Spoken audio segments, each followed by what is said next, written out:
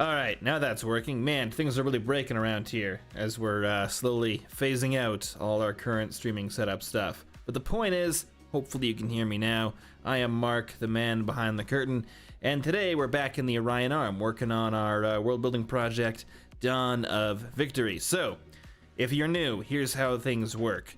Dawn of Victory, kind of a case study project being developed by the Templin Institute as part of our world building series, The Way of World Building. On these streams, I'm kind of guiding you through the world building process as I find it, and hopefully we develop a star map along the way. If you want to see the star map in action, so to speak, a link hopefully just popped up in chat. If you want to see the wiki where we're compiling all the lore for this universe, that hopefully just showed up too. And if you want to suggest star system names, a link to our document also hopefully just popped up. Okay, but last two streams, to recap quickly. I feel like I've run into some brick walls. We've been working on the Sea of Clouds over yonder, filling out the British systems. And I think last stream we just did Australia and the Philippines, or at least their interstellar equivalents.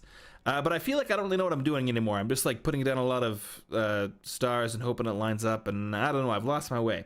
So, today I'm going to do something different, and I'm instead going to kind of just work out what the intentions are for, I don't know, everything we've revealed in the map so far in terms of like atmosphere and tone.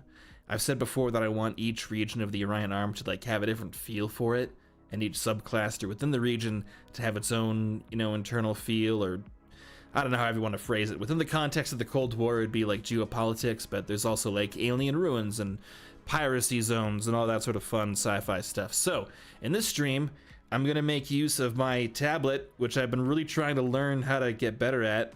Yeah, look at that. And I'm going to be kind of mapping out that whole relationship and going through cluster by cluster and writing out my thoughts. I've done variations of this before, where I've like focused on a single region, but this time the entire stream is me just going to be like figuring out what each kind of the basic level of geopolitics, I guess. So apologies if you came here to see a lot more star systems get added, but that's what I'm thinking. I think that's what I gotta do. And I also want to get better at using this tablet and Illustrator, so I apologize in advance for how many times I'm gonna say fuck, I messed that up. But hey, them's the breaks. Let's quickly go to the work screen, shall we? Okay, so how am I doing this? Well, let's start kinda big, I guess. So this, wait, yeah, there we go. Now it's showing up this sector right here. It is showing up. I kind of was hoping it would be like more real time. Okay, but anyways, this section here is what I'm calling the local supercluster, and it's the equivalent of the Sea of Clouds, which is actually, let's map that out too, shall we? Oops, forgot to include New California. It really bugs me that it takes a second to load the pen mark as I'm putting it on here. Is that because I'm super zoomed out? Possibly. This is a giant document after all. Alright, let's go here. So, these are our... Wait, how do I zoom out? Oh yeah, look at that. It's kind of not that clean, actually. Okay, but these are our two, like, super regions, if you want to think of that. I think, like, the Orion Arm is probably going to have a few dozen regions. Each region has, like, I don't know, multiple sub-regions. But these are our two big super regions. We got local supercluster and Sea of Clouds. And to make things confusing, the local cluster isn't the local supercluster. I'm going to get those two terms mixed up this entire stream. But for future reference, it goes local supercluster, then local cluster, and then like solar subcluster if you want to get super detailed. Okay, but anyways, getting back to it. These are like the two big regions we've kind of been working on so far. You know, there's other huge regions over there, over here, but we'll stick to this because I don't want to reveal the entire map just yet. So, Let's go back to close up here. All right, that's gonna get a bit smoother. That's nice. So this is where it all began. The solar subcluster. What is going on here? Or should I start off a bit bigger than that? Yeah. So let's do like the local cluster.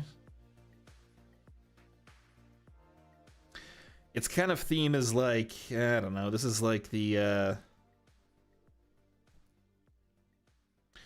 also, I gotta warn you, my writing is so bad. If you saw the thumbnail to this video and you were like, "Oh, Mark's writing looks pretty good," that's because I faked it. That's all AI generated because my handwriting's awful. Also, I'm left-handed, so like my hand is gonna like be dragging over the screen. So these are just like a lot of excuses for why it looks like a 4-year-old is at the reins here. But I assure you, I am an adult man who can write, just not well. All right. It's also not helping me that, okay, there we go. Now I got the right thing. Cross roads.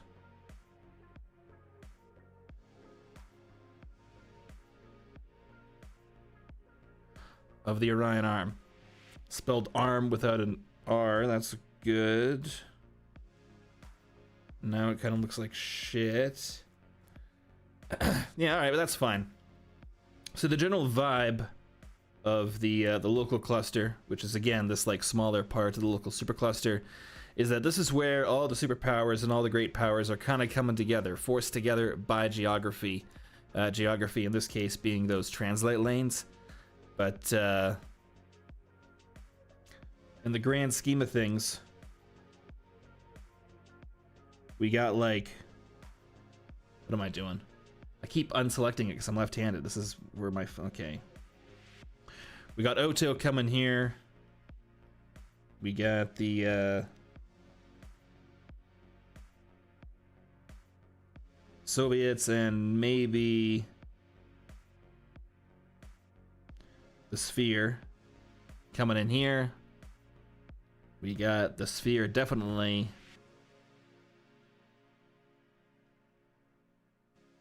coming up here. And we got the GGR and the Axis. Let's just say Axis. Coming this way. This is, of course, the broad strokes. There's a lot of other stuff going on. But from like the high-level view of the Cold War, this is the role of the local cluster. It's where everyone's coming together.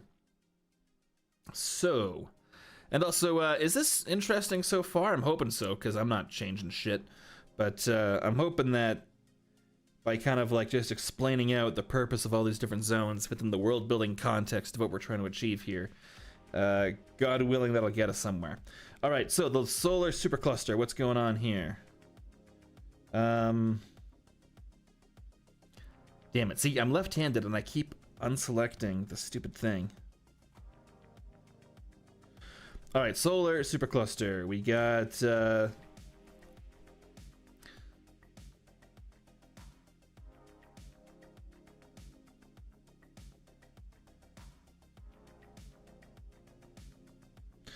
so these, man, my writing's so bad.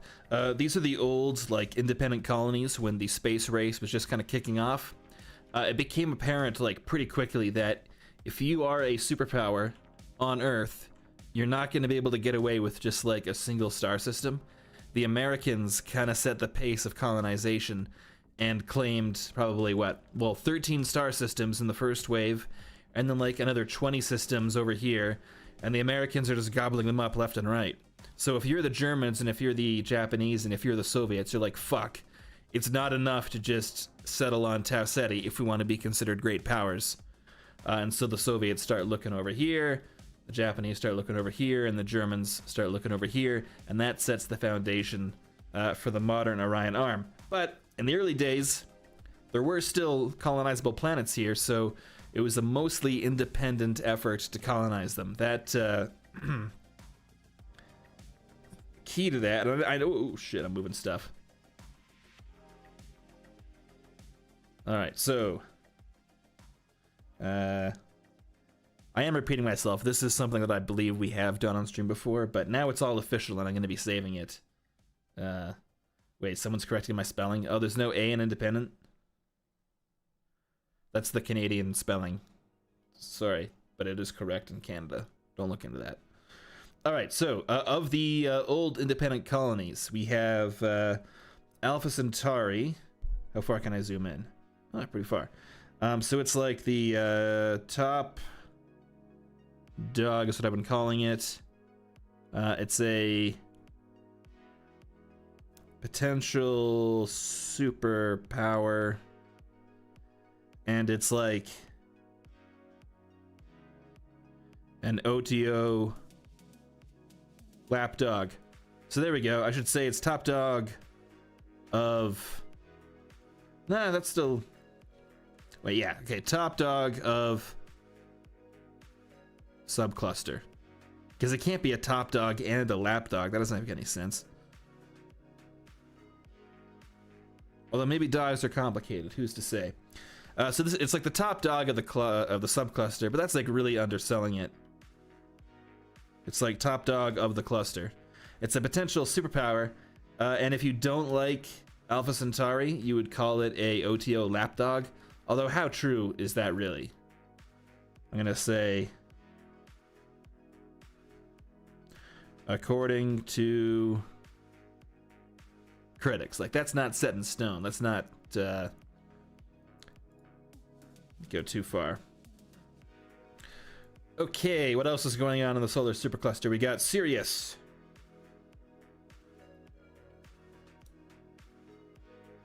Yeah. Apologies, as I'm still getting used to working the tablet here, so this is going to be a little rough.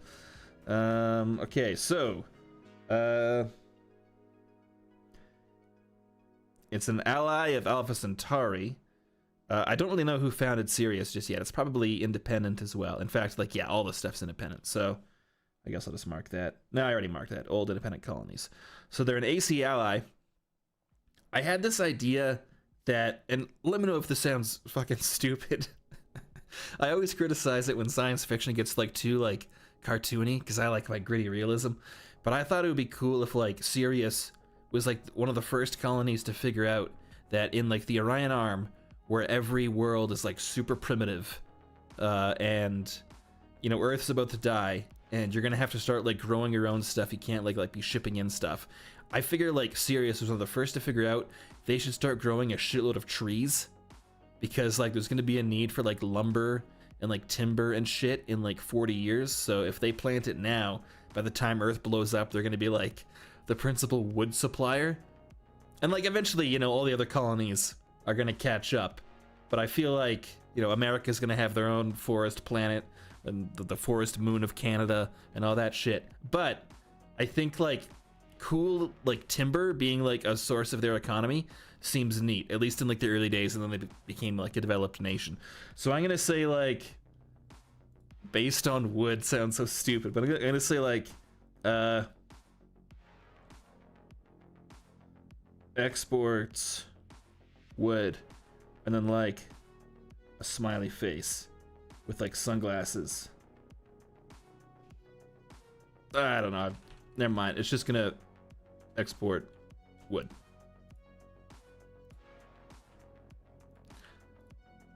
How come I can't get rid of that?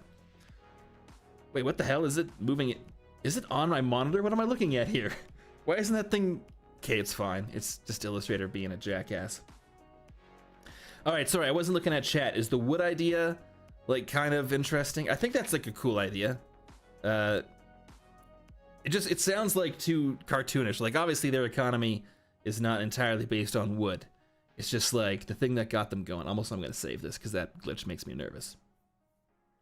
Flying Fortress says they're serious about wood. God damn it. That's the tourism slogan slash marketing thing. So it's like the top megacorp that's exporting Syrian wood. Sirius wood is saying Syrian wood. Sirius wood. We're serious about. Okay, yep, it's in. That's canon as far as I'm concerned.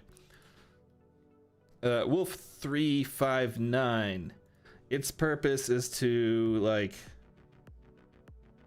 pretend the setting is realistic. I've talked about this before, but like I didn't want to get lost in the weeds of like figuring out like what real world star is Janus, what real world star is Tabata, what real world, like, so you could get, you know, too lost in that. So the idea is Wolf 359 is there just to like indicate that like, yes, real star systems exist, but most of them have been renamed to be like more accommodating to people who are going to live on there. So that's the purpose of Wolf.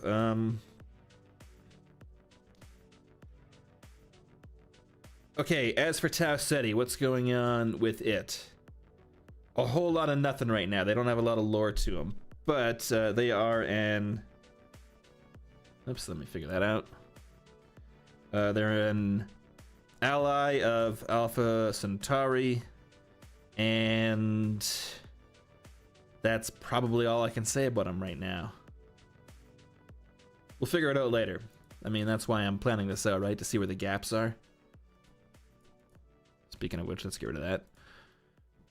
That was my hand brushing up against it, right? Or something? No, I don't know what that was. Okay. Okay, also here... I'm running out of places. Also in this club or subcluster is... Oops.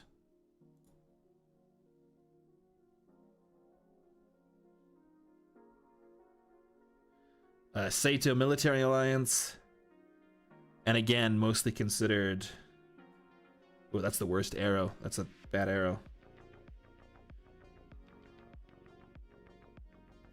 Odo Puppet. That's probably not doing Sato, or that's doing Sato a disservice, I guess you'd say. But that's what the critics say.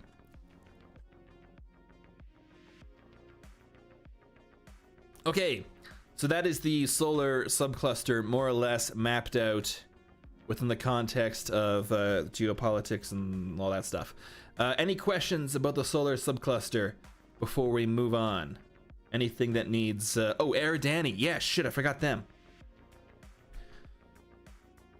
Also, no information on them. So, like, this is kind of, like, meta. But the idea behind the space map was, like, I figure most people are going to look for Earth, right? Like, Earth is going to be the first thing they look for.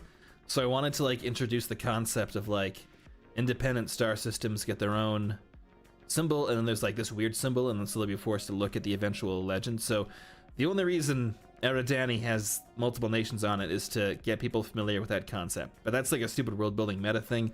The real reason is some multiple independent colonies were established there, but they fell apart. I think they're living in harmony. I don't think there's a lot of conflict in the solar subcluster.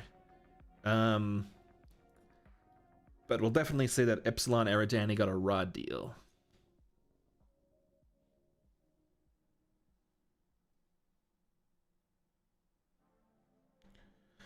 Something obviously happened that prevented a star system-wide government from taking place. Maybe there's like Sato peacekeepers there. Who knows? All right, my apologies. I forgot to look at chat after saying, give me your questions in chat. Let's, what do we got? Who controls Sol? That's a good thing to mark on the map. So, if I can get the right thing here. And my apologies, in my time it's going to take to answer this, I'm going to not see all the questions.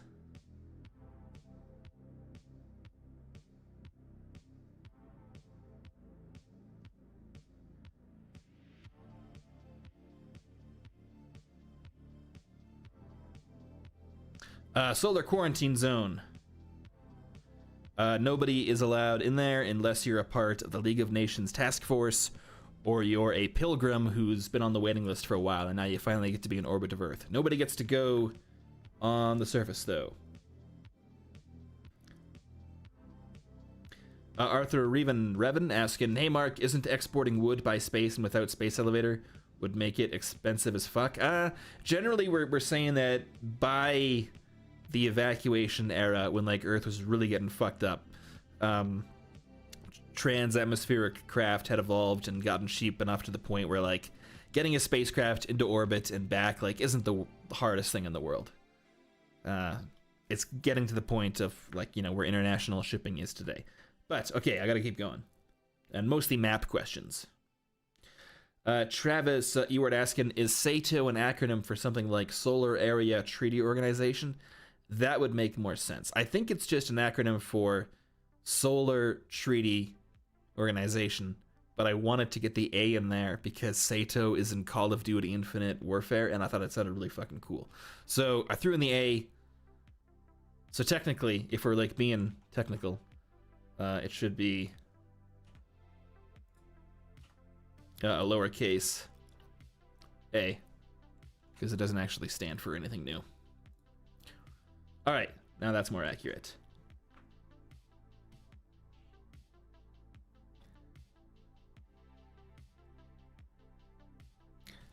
So in terms of questions, I'm going to try to keep it to stuff that like I can represent on the map and not stuff like what's the climate like or what's the population. There'll be time for that, but for now, mostly stuff I can represent on the map, and I'm already running out of space. Yavian saying, sounds like the solar subcluster is very OTO aligned, or at least a lot more democratic leaning compared to other ideologies. Yeah, so capitalism and free markets and democracy and all these things mostly won out in the solar subcluster, because I think OTO nations were the only ones that were really like involved in setting up independent colonies in the initial years. The Soviet Union and the Germans, etc., weren't going to be spending a lot of effort getting like their refugee populations, like their non-citizens, into independent colonies. OTO was, though, so they got all the easiest ones at the start, and eventually that changes. But okay. Any other questions? I think we're good. I think I'm gonna move on. But first, I'm gonna get a drink of this. Good stuff. Okay. So up next, where do we go to next? Let's go down. I'm gonna try to kind of more or less follow the course of exploration during the initial era. So we got the Draconis subcluster. And this is like, what would you call this? I don't know, economic, oops.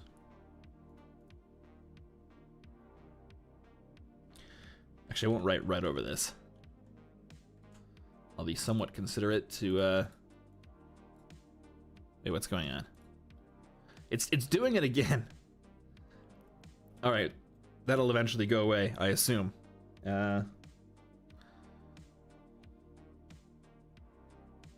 Where'd my cursor go? Okay, there we go.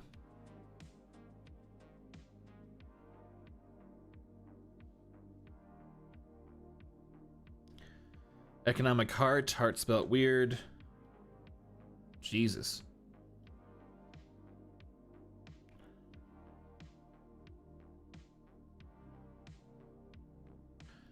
Okay, so maybe not entirely accurate, but the economic heart of the Orion Arm is the Draconis subcluster here, because technically, like, the local cluster or the solar subcluster really isn't necessary if you're just trying to get from the Soviet sphere side of the galaxy to you know, the Sea of Clouds.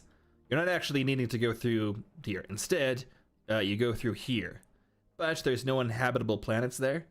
So instead of like a bunch of colonies that have kind of grown rich on trade, you have some space stations that have been set up to kind of capture that market. So if you're like on a long haul cruise across the Orion Arm and you need to like fuel up and maybe get some artificial sunlight on your eyes and go for a walk somewhere else and refuel and go to the shops and, I don't know, do some cool freelancer stuff, you would stop over probably in Sigma Draconis. This is where the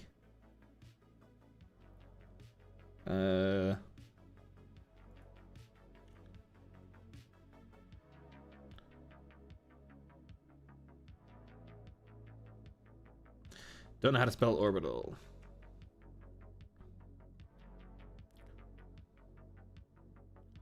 Orbit. God damn it, Mark, you're confusing yourself. Orb Tau. Districts.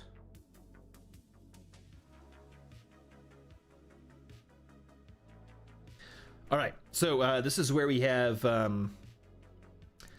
just a huge independent trade station. Is that clear? Like, let's just, bunch of trade.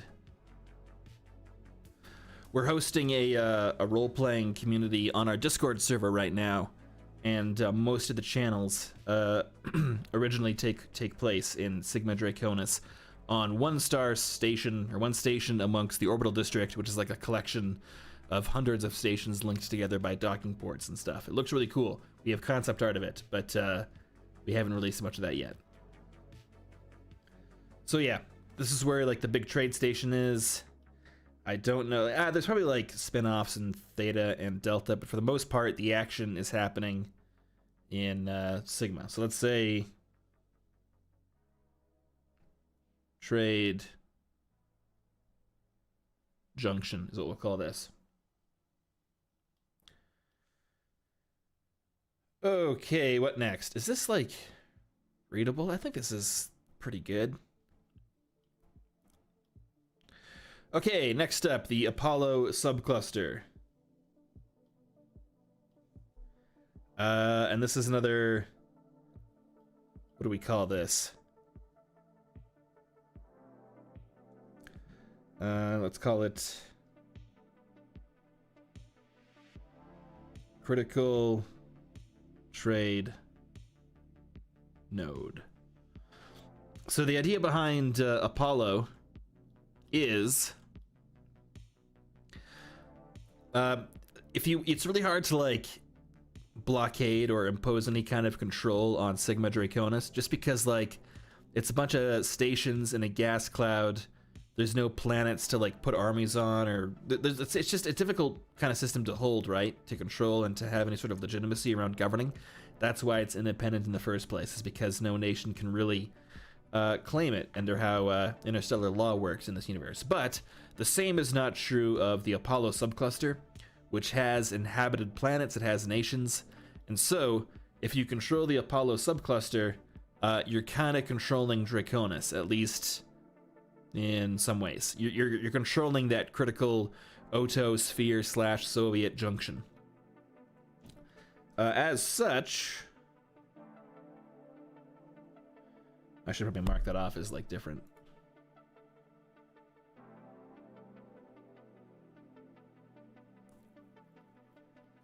All right, so keeping these collections of star systems under control is a high priority for Oto, because they want to keep interstellar trade open, they want to keep the movement of ships open, all that stuff. So Apollo, I think there's the Republic of Apollo, or Colonial Republic of Apollo, but on Apollo they got another Oto member, and it's kind of surrounded by like a bunch of independent stuff. Let's say mostly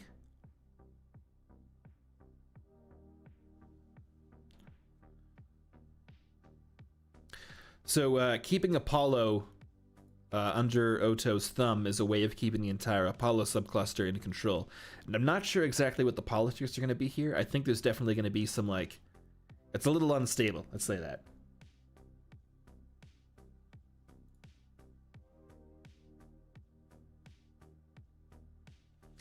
And that's bad, because that's critical. Exo04 saying, is there a sphere presence in the Apollo subcluster? Probably not directly, no like members, but I would bet your bottom dollar that the sphere has, you know, PMCs or freelancers or corporations or whoever working to spread their interests here. Probably not influential enough quite yet to mention on the map, or to mention in this diagram I'm making. Okay, that takes us to the Juno Reach.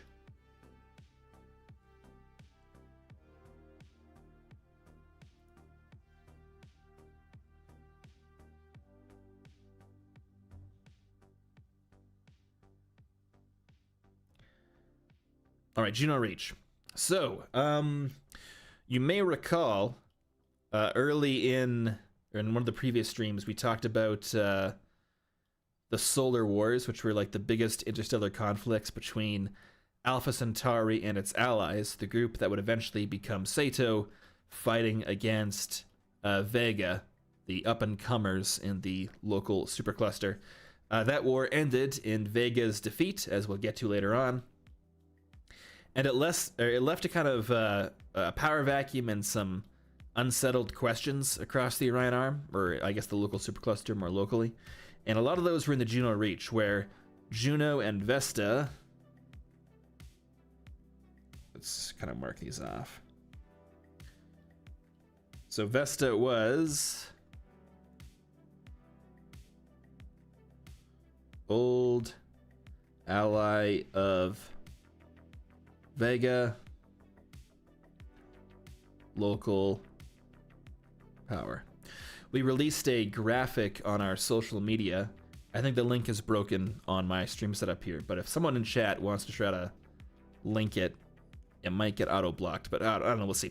The point is, among the nations of the Juno Reach, Vesta is definitely the big dog. Both Juno and Vesta, as I've said, were allies of Vega, but where Vesta has kind of like stayed true to the dream of Vega, Juno is a turncoat, and it's joining Sato. How do I mark that?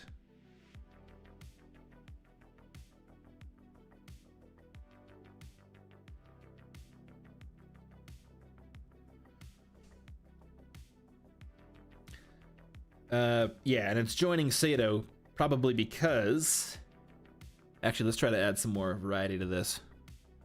How do I...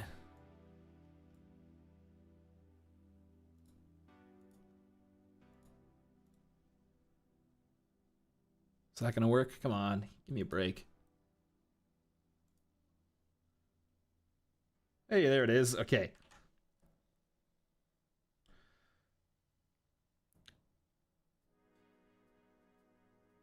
Juno is kind of spreading its influence outwards. And... No, sorry, Vesta is expanding its influence outwards, and Juno is as well. Why is this? This should be way smoother than it is. I can figure this out. Come on, give me a break, Mark. You can do this. Alright, that blue is almost imperceptible on this background, but you'll zoom in, we'll get the idea.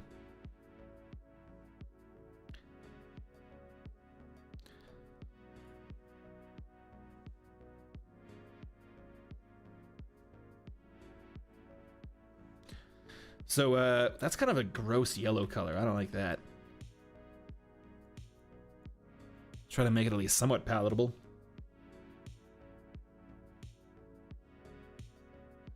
All right, so those star systems are in dispute. Vesta and Juno are going after both of them. But there's some other stuff going on in the Juno Reach. First of all, Sylvanus. Let's say... Oh, come on.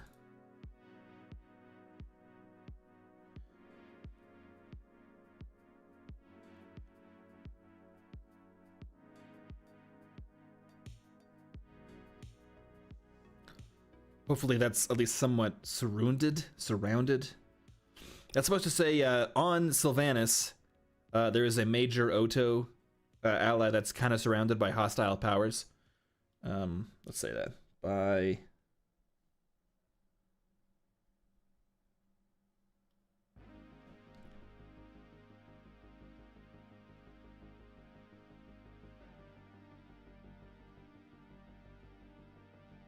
So in the early days of colonization, when nations like the United States... Oh, there's that fucking bug again. That's so embarrassing. All right, whatever. In the early days of colonization, when nations like the United States and Great Britain, and then when the Soviets and Germans eventually got into the game, there was a bunch of attempts to set up regional federations. Let's add a T there. Or there's my... God damn it, look at that. Okay, let's add a permanent T. Oh wait, the T's back now. It's stuck. Why? That is so weird. All right, so early days of colonization. There was these big attempts to set up regional federations of multiple star systems. A big one was in the Acadian, whatever it is. The Acadian expanse over here. Another one was not Vega, wasn't one of them. Were there any others? There were a few others, but none on this map so far. Anyways, attempts to create these regional federations. This one fell apart. So the Sylvanus Federation, probably is what it used to be called, no longer exists, and now you have this like weird situation where I think it's the Republic of Sylvanus, or the Colonial Republic of Sylvanus. It's actually in both these star systems, remnants of it are, and it's surrounded in each star system by a bunch of hostile states. So keeping Sylvanus well armed is a huge priority for the United States, because that's way it's like all about keeping this whole like axis of travel more or less free of piracy and instability.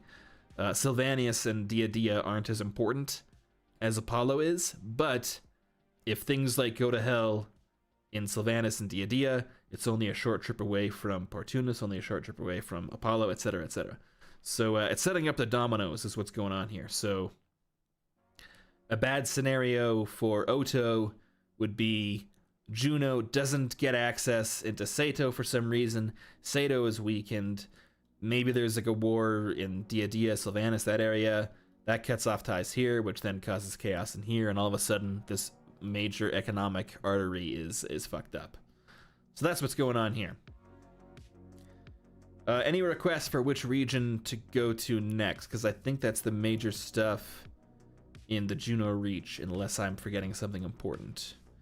Sylvanus, Motor, yeah, I think that's mostly the important stuff. Oh yeah, let's, one more thing while we're getting suggestions.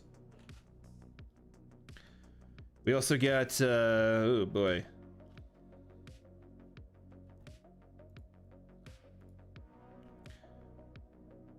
Oops, that's a J.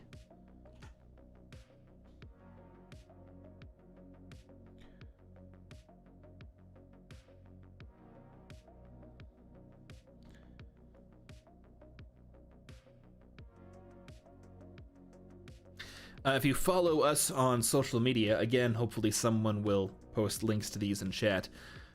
We have the Champlain group, which is tracking geopolitical events across the Orion Arm, and there was a recent military coup in the Colonial Republic of Tethys, which is a nation in the Sylvanus system, I think. It might be in Dia, but I'm pretty sure it's in Sylvanus.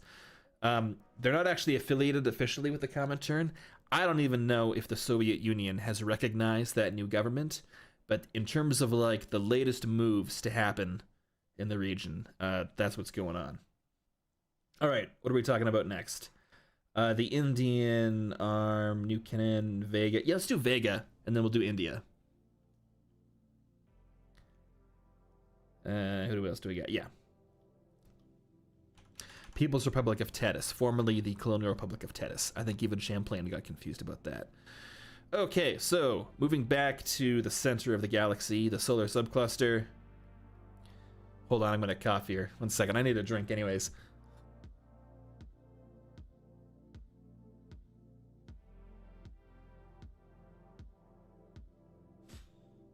Okay.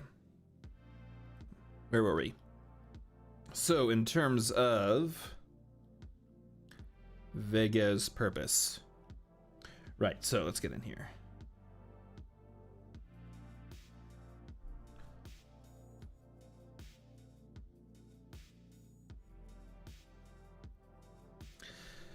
Let's call this, I don't know, the...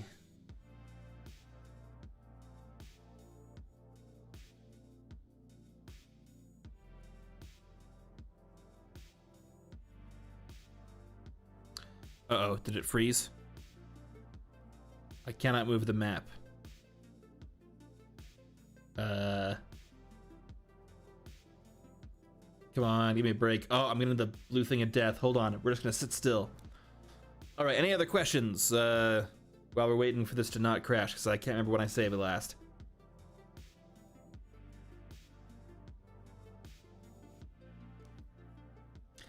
Kamikage86 asking, where are the fleet nodes, bases, and fortress systems on this map? So fleet nodes and bases and whatever would mostly be inside a star system. There's really no purpose of, in most cases, I should say, of putting a star station out in deep space somewhere for defense purposes, because people can go around it. Yeah, so they're mostly in star systems, so we can't really mark them on the map. As for fortress systems, those should be apparent as we get into some of the choke points that are naturally forming on this map. Also, this is freaking me out. This has taken a long time to not have this blue thing at death.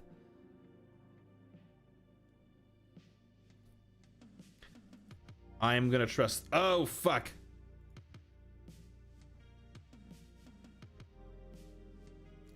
Does anyone remember how long ago I saved this? Alright, I'm gonna just keep talking and hopefully this will fix itself. I'm gonna give this time. I am not gonna rush like I normally would because the stakes might be high. Obsessed with history saying, is Vega just a big Belka reference? Shit. No, it is not. It is a new idea, independent of Belka. God damn it. It might be. Okay, what else do we got? Come on, man. Could it be because of the tablet? Could the tablet be causing an issue? Alright, don't freak out. I'm still here.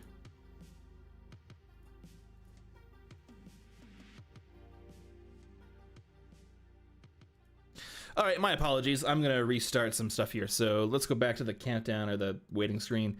Give me a minute.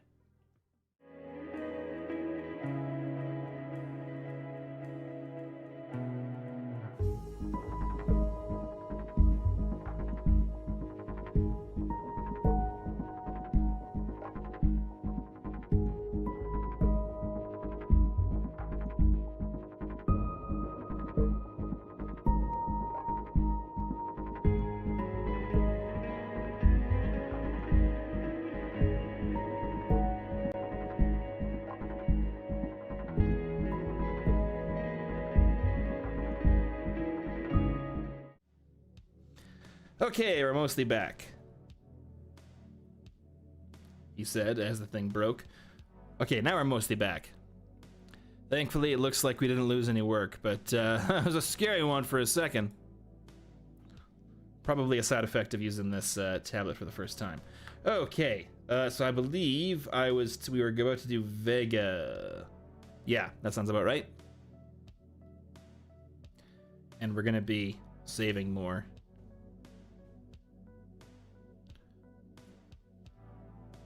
Oh shit! I've lost my thing here. Why is it doing that? Its size should be 1 point.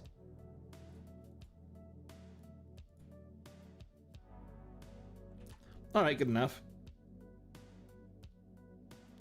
Okay, so Vega.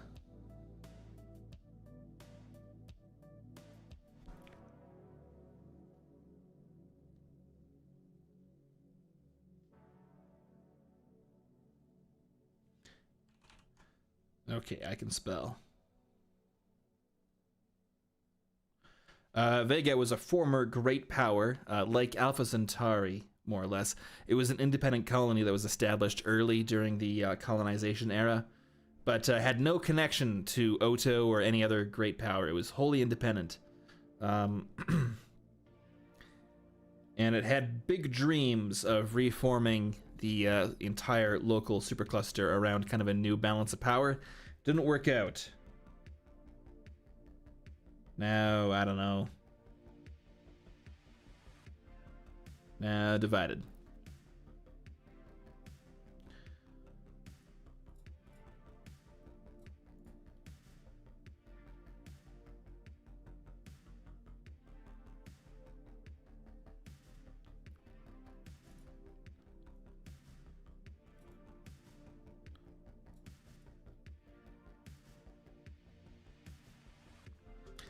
That's not visible enough.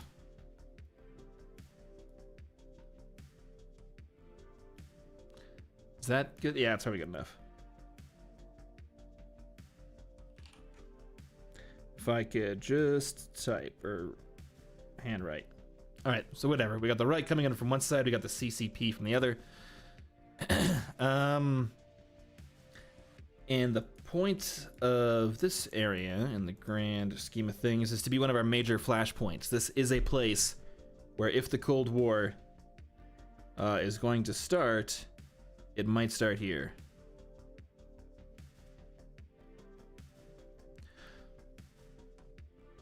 So yeah, former great power. Now it's divided between a CCP, between a communist and aligned nation and a Reich aligned nation.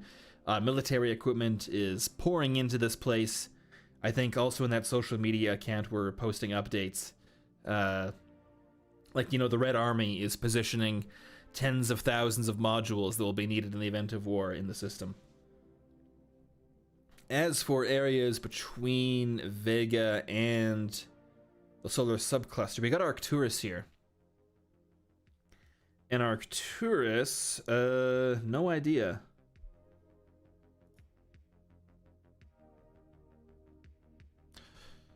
No idea what Arcturus's purpose is. I mean, realistically, it's another route into the solar subcluster. It's connecting the Amazon to Italy. So it seems to me this is probably another front in the Cold War, but this one between the Reich and Brazil. Brazil probably wants to maintain... Yeah, that's what's going on here. Brazil wants a independent Arcturus subcluster, so we can still access the solar subcluster and the Vega cluster without restriction.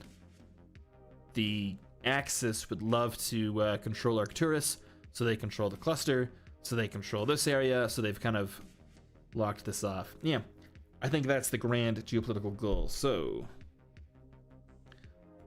let's get rid of no idea and bestow this with I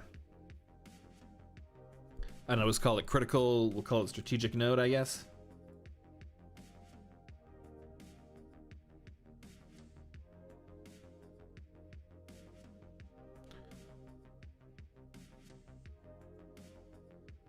And I wish I had created like color things so I don't have to do this from scratch every time, but them's the breaks. So we got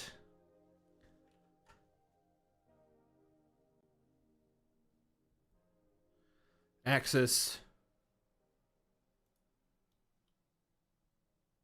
Ooh, too dark.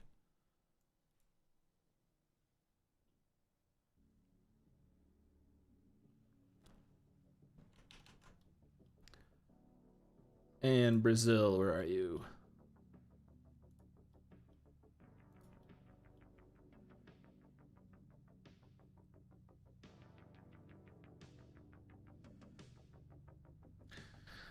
Yeah, that seems about right. So it's contested.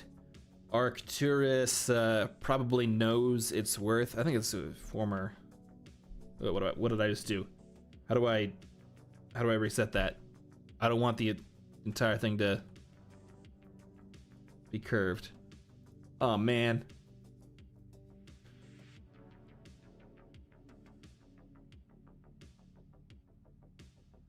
I'm gonna save this, and then we're gonna... Okay, view. What the how do I reset this? Rotate view. Reset rotate view. Got it. Haha. Okay, so we're looking good. What next? All right. Any other questions before I move on to the next thing?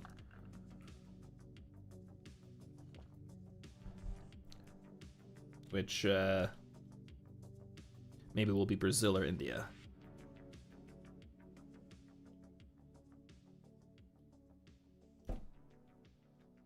Yeah, let's talk about India. Kerbalizer asking, "How you doing, mate?" Oh, I'm hanging in there. I think I'm fine. Do I sound okay? My voice has been a little rough this entire week. But thank you. All right. Doesn't seem like there's any burning questions at the moment, so I'm gonna get back to working on this. Or maybe the latency is too much and I didn't give people enough time to write them down. In any case, let's go over to India. Which I'm gonna cough now. Okay, so India. What do we got here? They are a great power.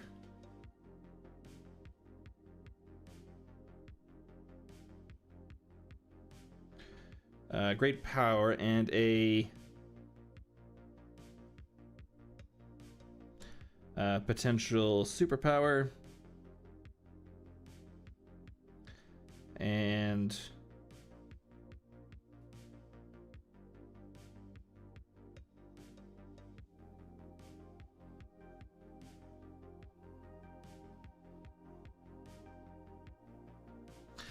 leader in quotes of the non-aligned movement. Of course, the whole purpose of the non-aligned movement is to not really have a leader, but as one of the founding members and kind of the leading power within it, India is considered kind of the leader of the non-aligned movement. Another one of those stupid bugs. Okay. As for what's going on in Indian geopolitics, I would say India knows its worth,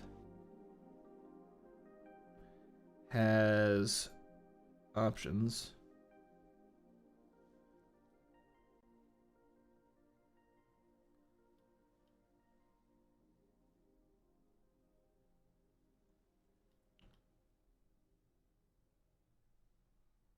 all right, so obviously getting India formally aligned with one of the other superpowers of the Orion Arm would be a major get. You know, if India joins the Comintern or the Axis or Oto or whatever, the balance of... Man, that glitch is really annoying. The balance of power is going to shift. But India kind of realizes it's the belle of the ball, and it can ask for quite a bit in that relationship. And so instead, it's mostly staying independent. It's making deals with everybody. So India will make deals with the Axis. They'll make deals with the Soviets. They'll make deals with the Americans and the Oto. So yeah, mostly you just trying to... They're playing, what do you call it? Realpolitik. How do I get rid of that?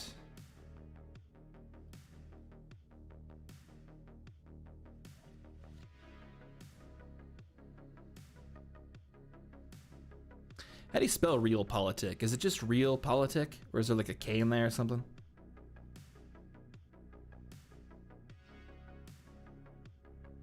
Politik?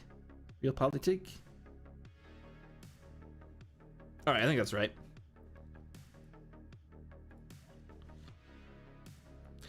So yeah, India's playing realpolitik. But they're also a major player in the local supercluster in general, you know, divorced from ideology. And so I need to kind of mark...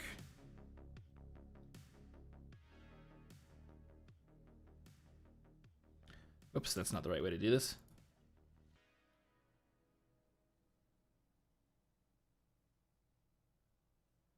How do I mark the Cold War between Brazil and India on this map that's already getting very... It's very busy. All right, let's just say... Oops, that's not too legible. We're running into problems.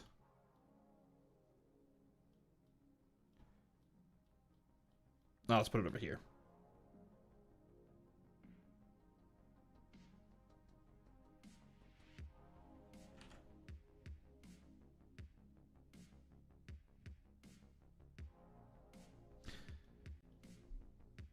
Okay, so yeah, India currently in a Cold War with Brazil. Used to be kind of economic rivals. Now it's getting more strategic and military as the Cold War heats up.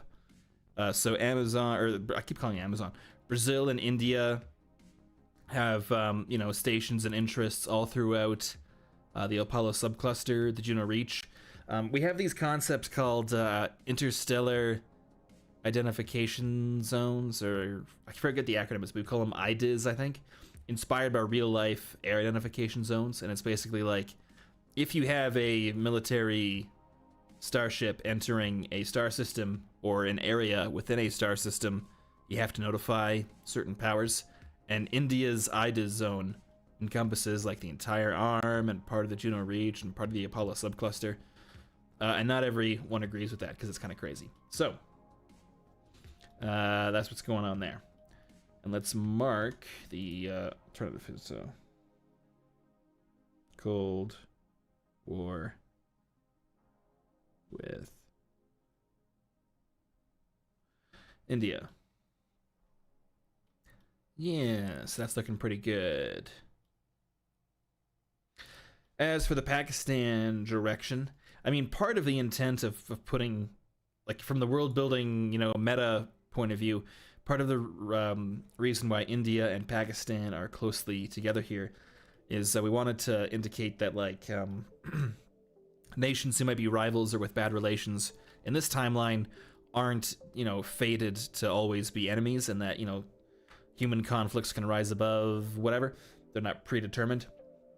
So India and Pakistan in this alternate history are close allies.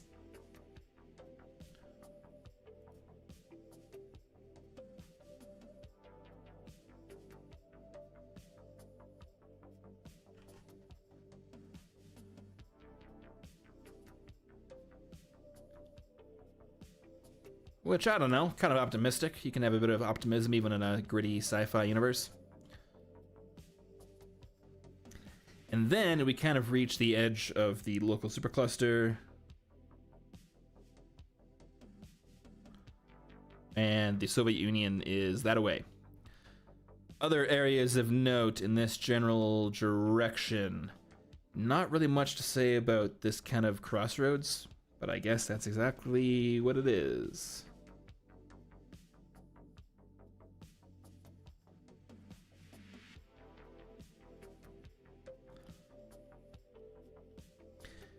Next we get the Well of Embers, and this is a big one. So the Well of Embers is how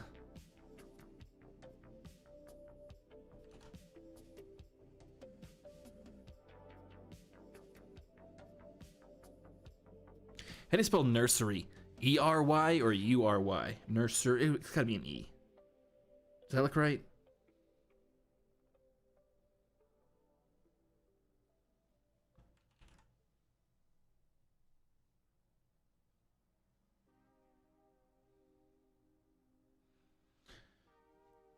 All right, so Well of Embers is a stellar nursery that's quote-unquote gone stale, or say it's gone bad. I don't know enough about the science side of things to say definitively what is going on in the Well of Embers, but it is a stellar nursery that, for whatever reason, is lacking in some fundamental elements needed for the creation of stars. You know, we'll call it element X. Maybe it's zinc. It's low on zinc or some shit. I don't know. So yeah, so stars can't really form in the Well of Embers, despite there being other materials that would lead to that sort of thing. I don't know. There's supposed to be star creation. It's not happening because it's missing something. So instead, you just have like this area of like really dead stars that kind of are gonna like blow out and then reform and then blow out. They're never really gonna get to that stable zone. So right now, the Well of Embers is near the end of that cycle, and you just have like a whole shitload of dead and or dying stars, which is probably why the translite routes through here are so fucked. So we're gonna say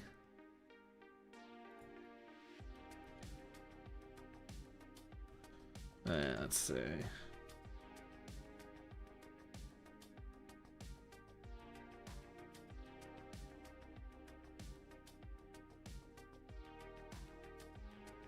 It's difficult to navigate, and there goes my something. Was that an L? Difficult to navigate. What else do we got on the Well of Embers?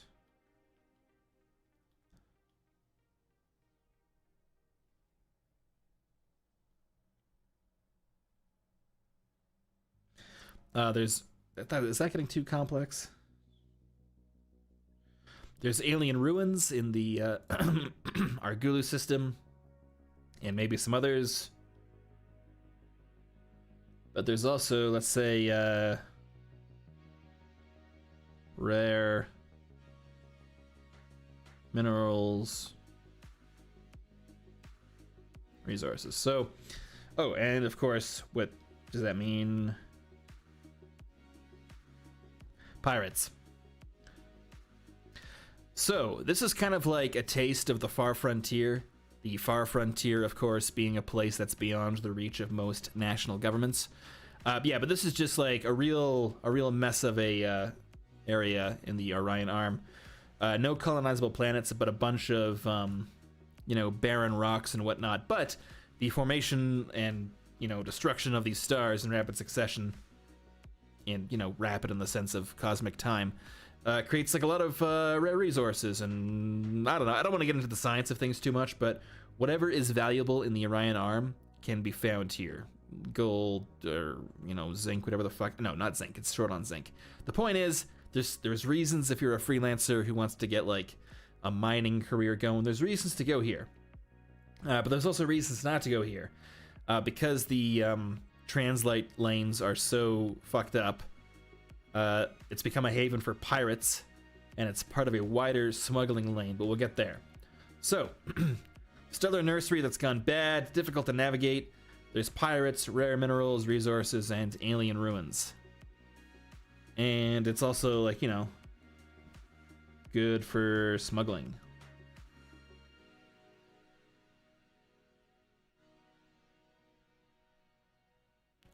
Smuggling? Smuggling? There we go. The idea being, if you want to get something from the Japanese sphere side of the Orion Arm, I don't know, to... Actually, why would you use this? Is that a problem with the world building? I don't know precisely why you'd want to use this to smuggle stuff just yet. Oh yeah, it's like if you're trying to get here and you want to get there, normally you would have to go all the way there. But instead, you can go through here, and it's much quicker, more or less, but there are a few patches where like you're really in the thick of things. So maybe it's not that much quicker, but it's slightly quicker. You might risk it if you're really in a hurry. And let's mark that down.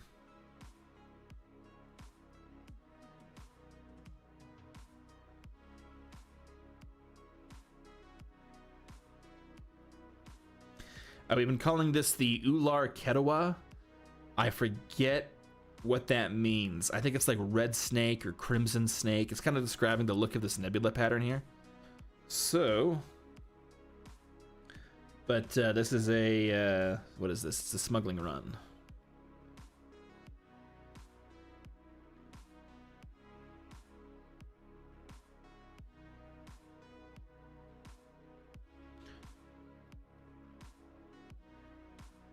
Which means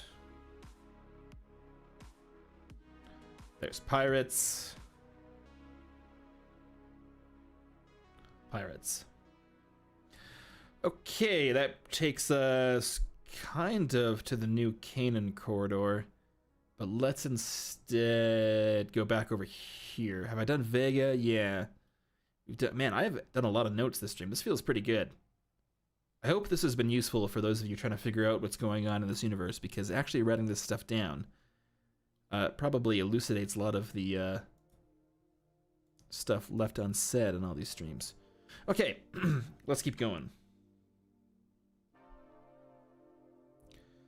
So, one thing I forgot to mention is this is a...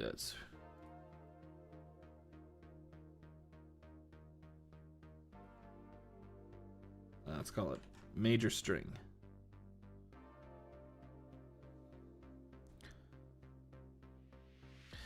All right, so this here, a major string, and as we get further along, I want to simplify these kind of highways through the Orion Arm in terms of how I'm getting my star systems together. I think that's like a big reason for why I've felt kind of like I'm hitting that brick wall when I add more star systems, because I wasn't thinking, how are the trade lanes going to influence colonization, that kind of thing. So as I go through these notes, I'm going to start marking where the major strings are. And I'm going to cough real quick, because, man, my throat is not doing so hot.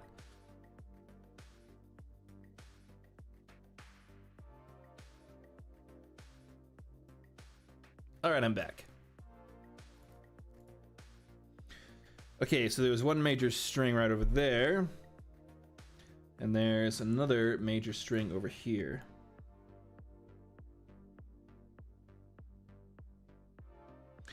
And when I say major, I'm just meaning that it's these are highways through the arm. These are the fastest routes to get places.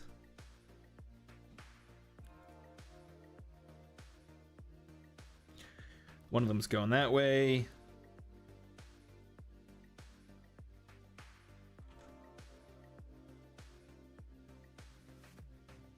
One of them's going that way.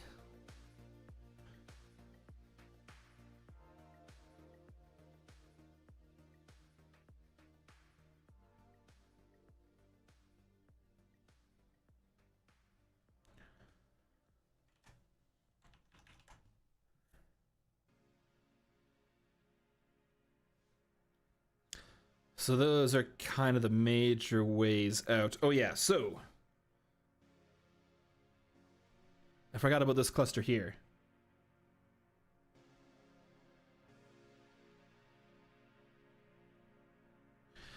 Sometimes called Old Sticks, because when they were naming this place Sticks, they thought it was like creepy and out of the way.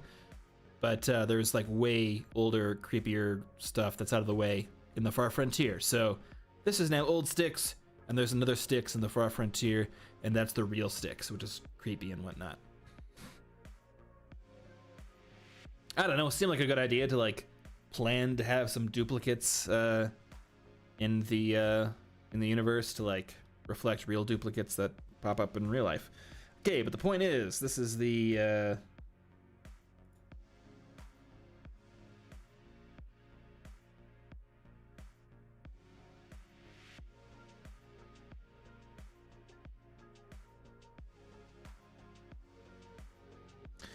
now this is the main route into India.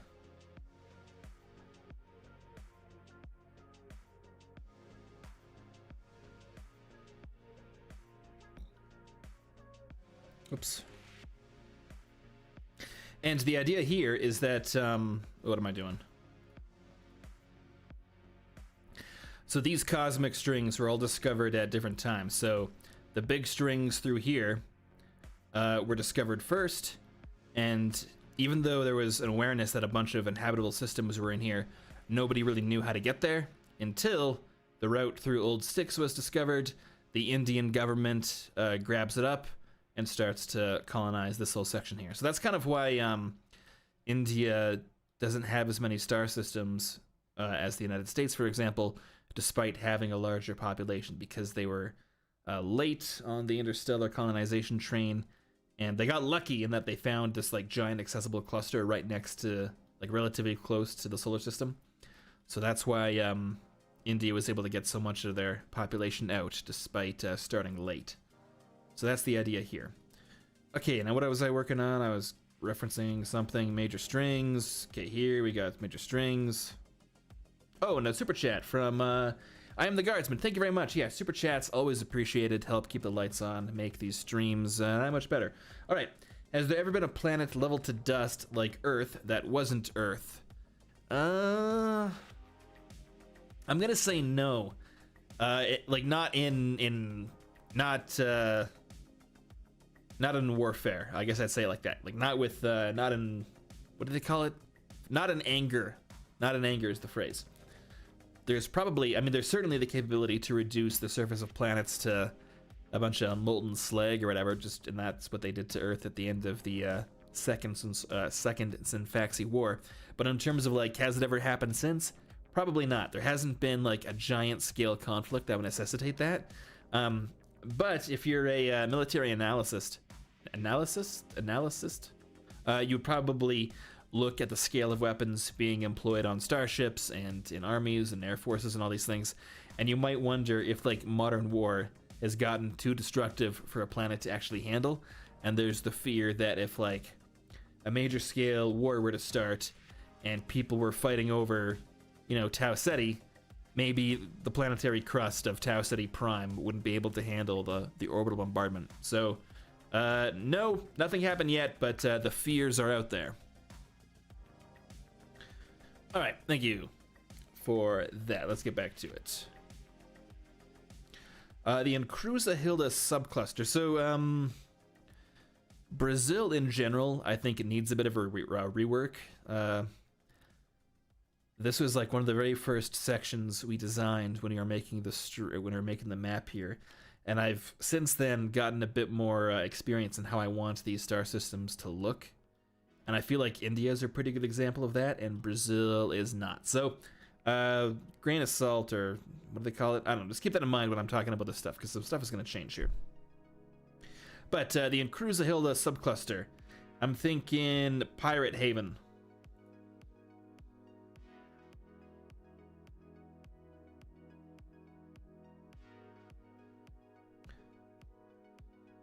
But it's an old pirate haven. Not so much the center of piracy anymore. Probably because of intervention by Brazil and Otto. But I imagine during the Dark Age, following the destruction of Earth, when interstellar society kind of collapsed, this would have been like a failed state / pirate haven, probably rebuilt. And Otto and Brazil were willing to put a bunch of work into that because it's another critical node in these supply chains.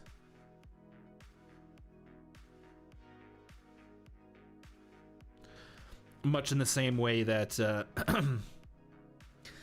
Apollo subcluster is, or what was the other one? Apollo and Sylvanus and Draconis.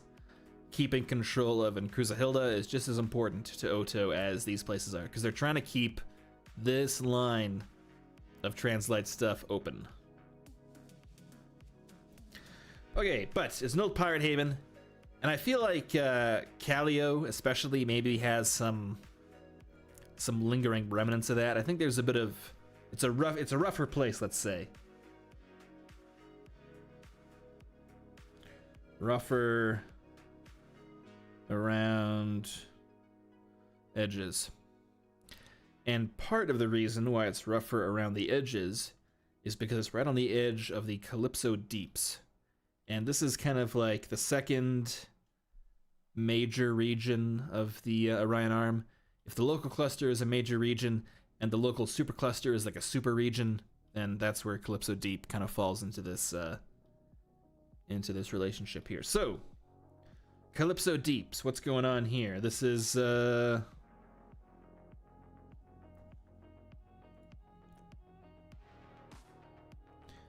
alien ruins plus I don't know,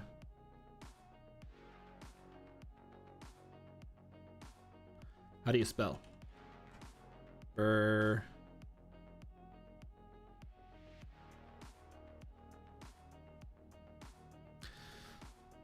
Okay, so alien ruins, especially on Byblos. But mostly it's just it's a goddamn, that's bug again. Kind of a backwoods area, a bunch of like back roads. Let's say that actually, back roads of the Orion Arm.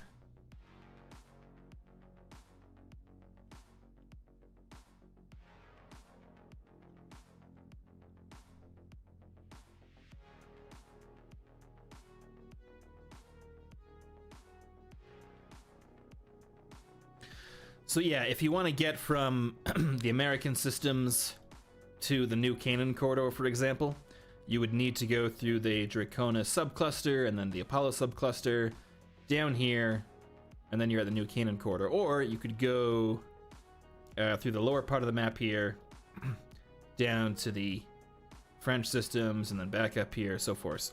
But that might not be what you want to do. Maybe you got some illicit cargo, and you know, Draconis subcluster, that means customs. Apollo subcluster, that means Otto oversight. People are going to be watching your cargo. So maybe instead, you decide to go through the Calypso Deeps, The route will be much longer because many of these star systems are on really weak cosmic strings, so it's going to take a number of jumps to get between them. Sorry, my throat's killing me here.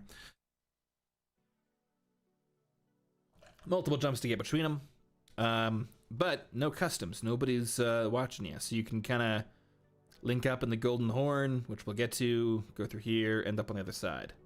So, alien ruins in the Calypso deeps. The Pillars of Hercules have got to be a smuggling run if ever there was one.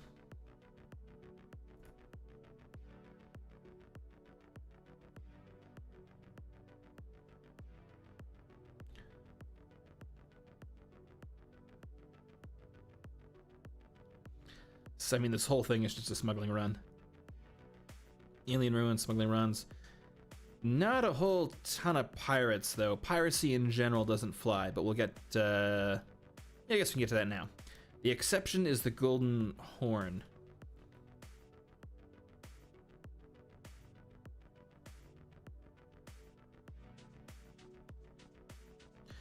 You got the Heinlein failed state, which has mostly just sold itself to criminals.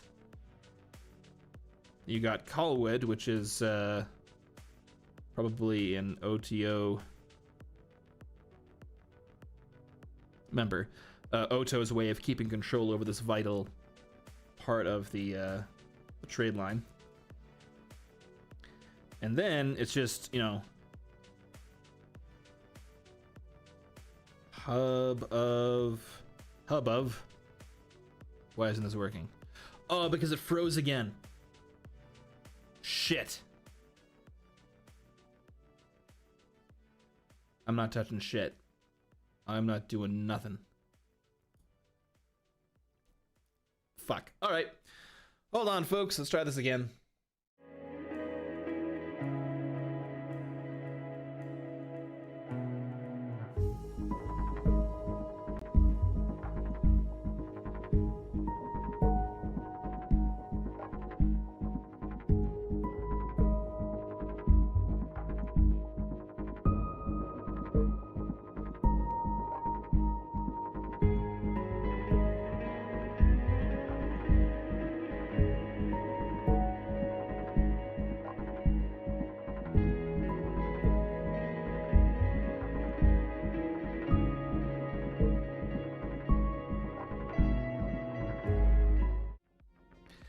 And we're back. Luckily, say what you want about Illustrator. The recovery is pretty good. I don't know, I'll just put a...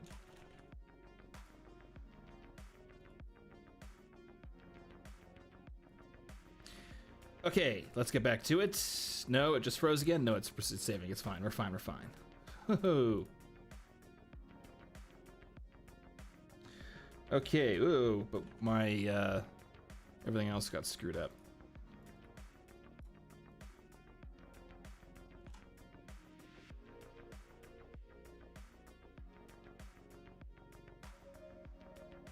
Pirate Hub. And a smuggling run is in there too.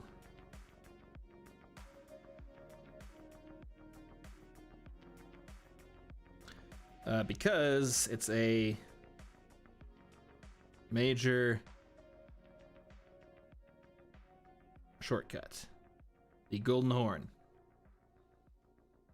And I'm going to save. So the intent here is that just because of the way the cosmic strings lined up, two parts of the Sea of Clouds are kind of difficult to get to or distant from one another, depending on how you're getting into the whole region. You either have to go through a whole bunch of star systems or whatever to get to these two different areas. So you can try to circumvent that by going through the Golden Horn instead. So it's a nice big shortcut. Unfortunately, Heinlein is a failed state. So there's all sorts of piracy groups hanging out there. There is, like, you know, illegal salvage operations going on in the Calypso deeps. Yeah, let's like illegal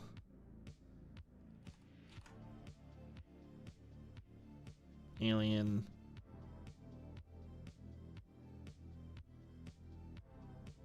Probably a thriving market for illegally excavated alien artifacts. And there's plenty of those in the Calypso Deeps. All right, any other questions about the Calypso Deeps area, space, this kind of border area, the stuff we've been talking about so far? Anything I forgot to mention? Tim Barton saying Heinlein being a failed state is perfect. I hope that doesn't reflect poorly on Heinlein, because I do love Starship Troopers, so it's not meant to be a dig. Toucan Man asking, what is the strategic calculation of India in the Juno Reach? Do they have any interest in choosing a side in the Juno-Vesta dispute? I mean, nothing solid, right? But you can make a few assumptions. India probably is on the side of Vesta, because I am not sure if India would be thrilled with Sato extending its presence into the Juno Reach. I think India is a major benefactor of keeping this other major route into their territory, independent of any big military alliances. So India probably against Juno for Vesta, but what that means exactly, who knows? We gotta wait, see what plays out. What else?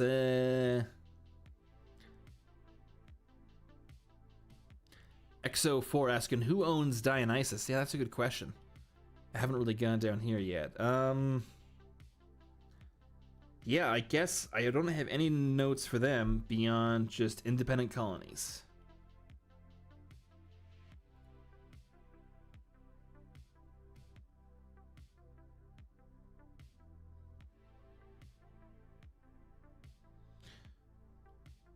And it is a vital node. But who has a presence there? Who's keeping it in check? I do not know. That's something to think about.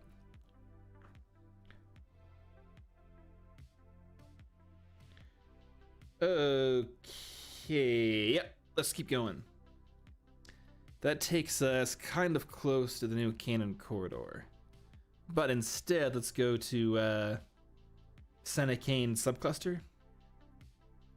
So the idea here is that as the major strings were being charted and mapped, they would find these like kind of secondary strings that would hopefully lead them into clusters. And Sakane was one of them, although it was a bit disadvantaged because the cluster itself is divided. If you can see there, the route between Shalif and to Gula is not, it's a weak string. So you have this cluster with like a divided kind of nature to it. And clusters like these were normally picked up by independent powers, or they were like those federations we talked about that fell apart. In this case, I don't know what the origins of these two countries are, other than they're like non-legacy nations that formed out of the colonization effort. So a bunch of people from different countries ended up here, founded new nations, but as for why, how, who, I don't know. So let's say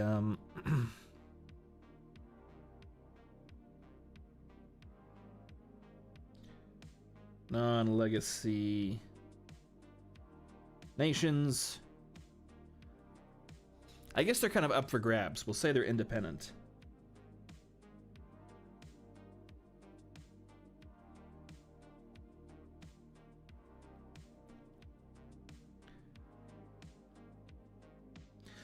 And I think one of the ideas we had, and I might go back and change this, is that they're actually allied. I don't want it so like every cluster is divided between two opposing groups. There'll definitely be a lot of that, but it can get boring.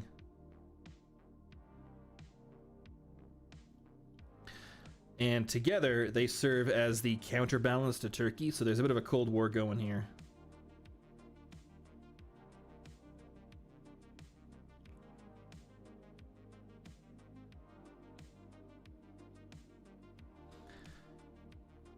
And that's where things kind of get interesting, actually, because in this Cold War, Turkey clearly the more powerful of the two, even with this alliance going on here. And to make matters worse, if Turkey decides to invade the Union of, I think their full name is the Republic of the Union of Anadolu Shalif, then they can probably take these two star systems, before Sakane, probably the larger of these two powers, can get its fleet through Kalahari, through Dionysus, like all the way down to reinforce. So they would have to instead hopefully cross this area, but that's like a slow journey. It might actually be fast to go that way. So bit of a mess. They got a... Turkey is clearly the power in the region because geography has kind of screwed over these guys just a bit. But the reason for the Cold War is because these two nations are right on the edge of the New Canaan corridor, one of the most important trade lanes. Let's actually write that down.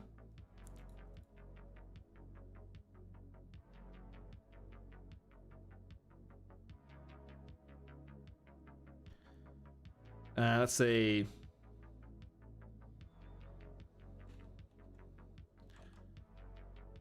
one of the most important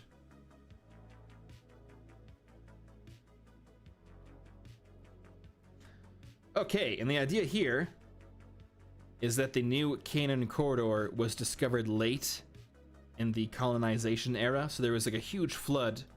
I mean, there's a bunch of inhabitable worlds in this neck of the woods. Actually, let's say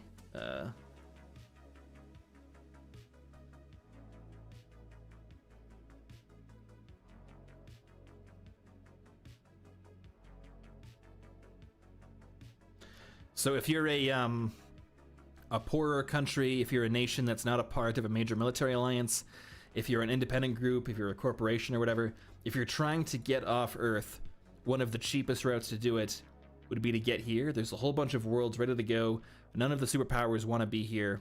The problem is it's like a ways to get there. You got to go through here. You got to go through over here somewhere. I don't know. We haven't mapped out all the routes yet. So getting there, pain in the ass. Instead, though, you can go through here, you can go through here, and you can make it through the New Canaan corridor, which is much faster. So a bunch of evacuation transports make the run. It's a bit of a disaster. A lot of the colonies in this area, actually, let's say,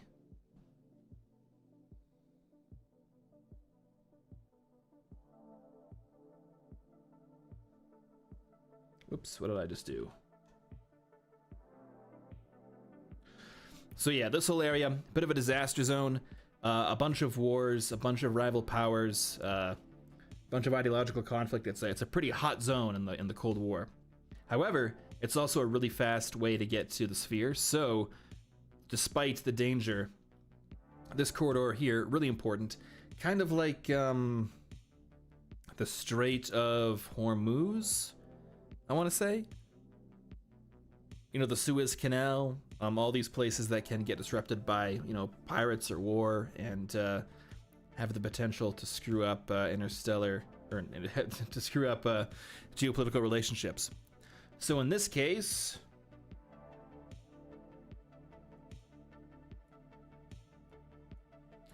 we got the, on like the major level, we got the sphere.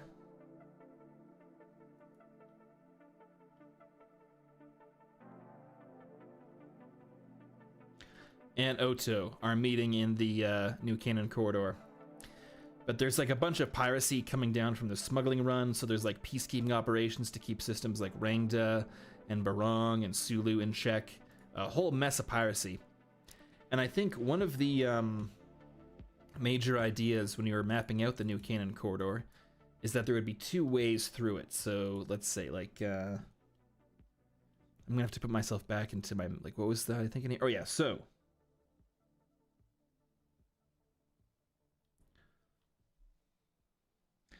this is the risky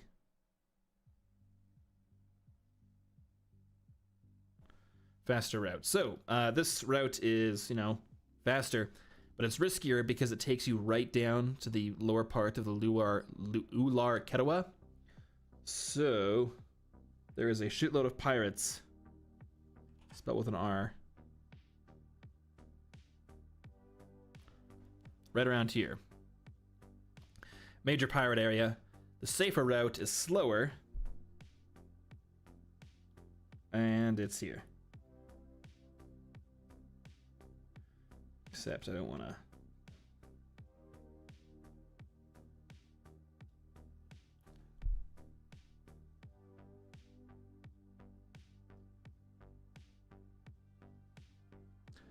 Okay, there we go.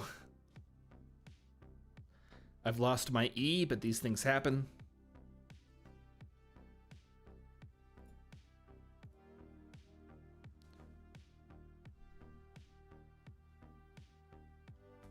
Okay, so we got the safer route there, we got the more risky route here.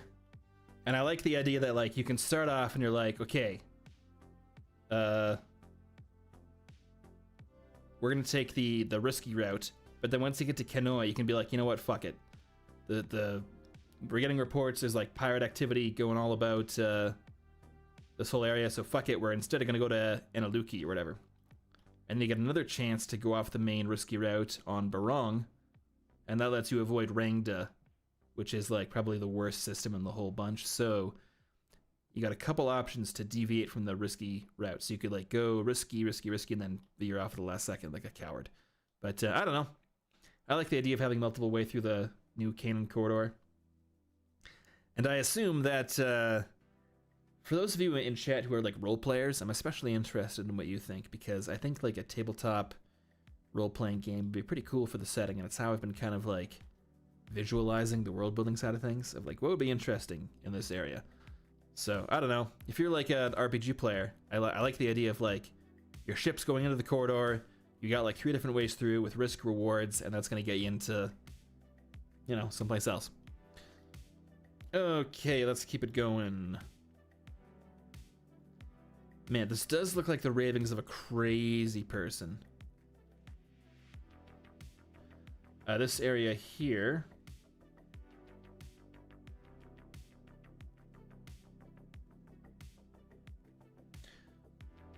More of the back roads.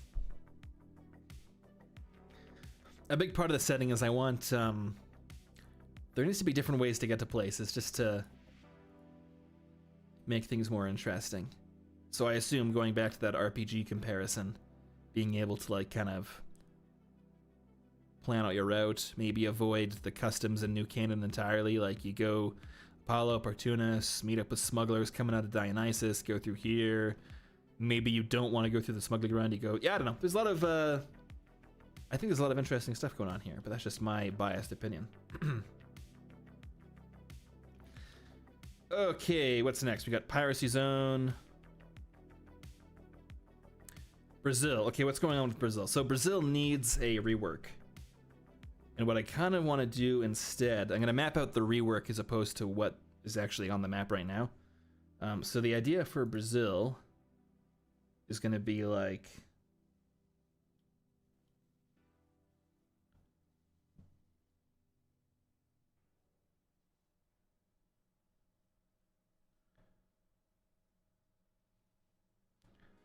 So we're going to be adding probably more independent stars in these areas. I want this to be kind of like, you got the main line going through here, and then there's like some, similar to over here, there's like some back roads taking you into some independent clusters. That gets you into Brazil proper, but as for what that's going to look like, I'm not entirely sure. I know that I kind of want like this area to be like a...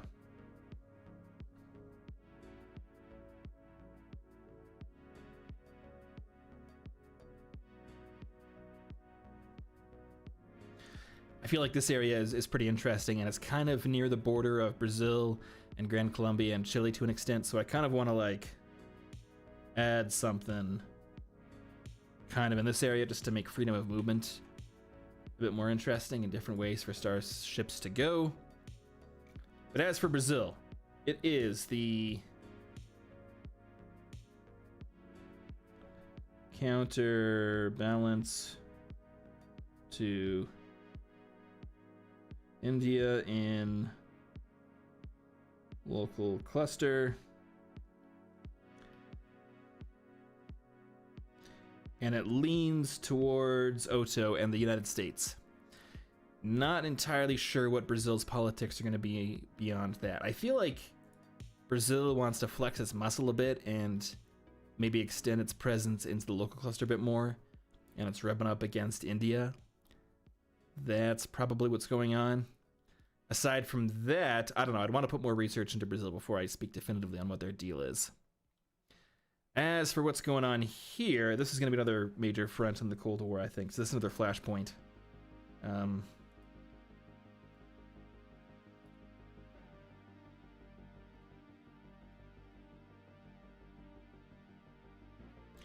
So we got the axis coming in through here.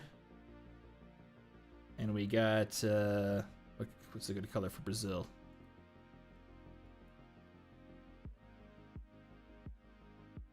They're also green because I didn't think this through. And Oto.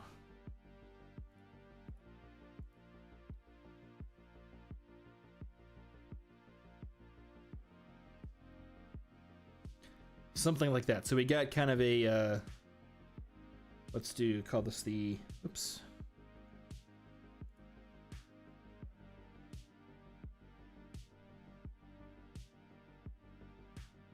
American.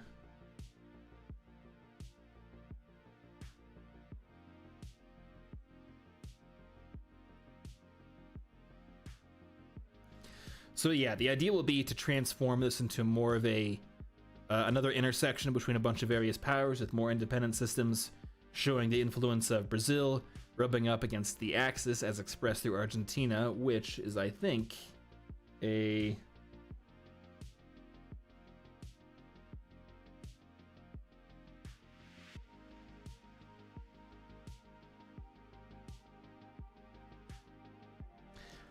I am not sure if Argentina is a full member of the Axis. I think they're just kind of hanging around. I think we gave them like observer status. I can't remember, but that's on the wiki. If you want to investigate it for me. Oh, Toucan Man saying it has Axis observer status. Okay. Yeah, so not a full Axis member, but they're definitely aligned. We got the border zone. Yeah, we got to add more action to the Bolivar Sea. Colombia's in the thick of things. And that takes us kind of naturally to the Elysian Fields. So let's keep going. How am I doing so far? And let's save this, because I can feel another crash coming.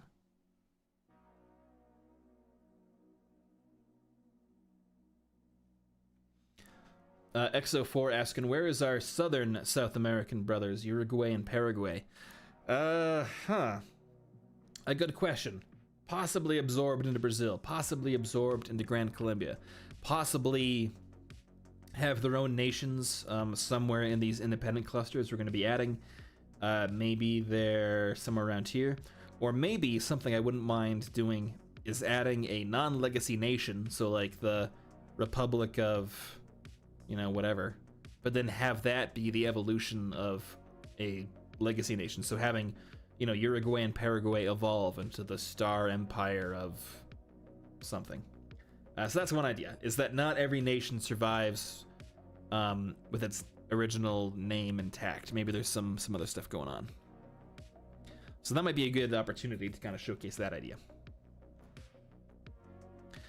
Okay, so that's there. What else do we got? Oh yeah, so let's start moving into the northern kind of Vegas side, the Lyran Vale, this side of things. Okay, so what do we got on here?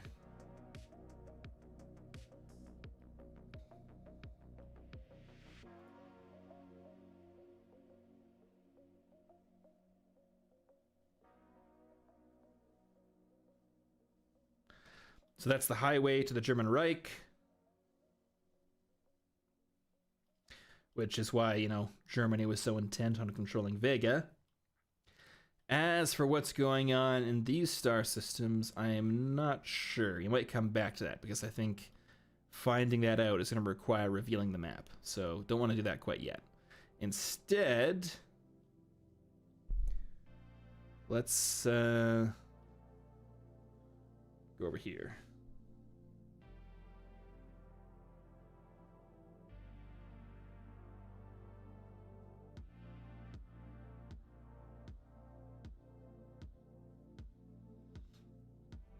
So we got the secondary route to Axis territory. I do like keeping some areas of the map like really sparse in terms of the number of star systems here. But like maybe there's an opportunity to add a bit more, because this does feel maybe too empty. Like maybe there should be...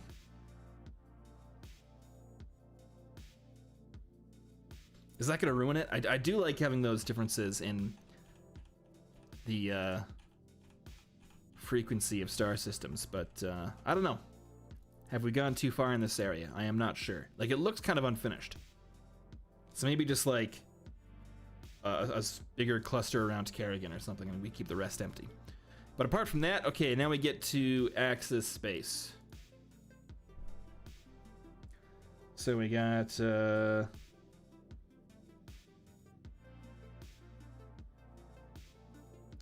Italian space. I was gonna say the junior Axis partner, but it's really the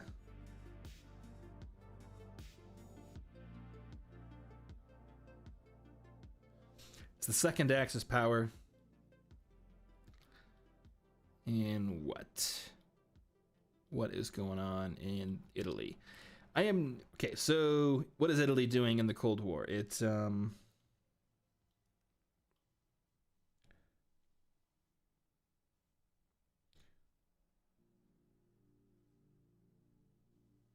it wants its own, what do you call it, sphere of influence.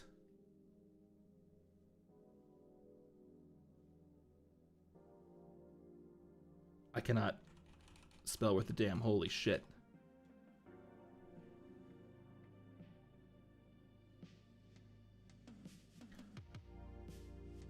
So, Italy, as a great power in itself, is still technically kind of subordinate and secondary to Germany. So Italy is in Germany's sphere of influence, and so Italy is a kind of way to, I don't know, regain its national honor or you know, just portray itself and how it wants to be portrayed, is trying to build its own alliance system, its own sphere of influence, its own circle of nations reliant on Italy, called the Pact of Rome.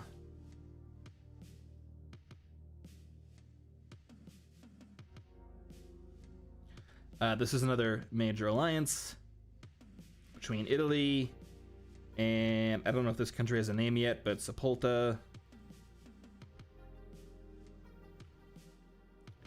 So kind of these nations here, and maybe potentially others. Whoops.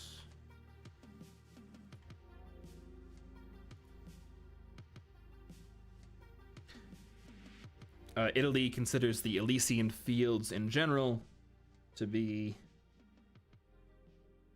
Italian / Axis sphere of influence. But there's a couple problems with the Pact of Rome. And the big one is that the two biggest nations within it, the Republic of whatever, via Sepulta, via Appia, whatever, the blue guys really hate the red guys in the Republic of Mongrabello. So there is an internal rivalry going on in the Pact of Rome, and it's kind of expressing itself in how the Pact is trying to navigate a whole mess of wars and peacekeeping operations going on in Amalfi. Yeah. Amalfi is a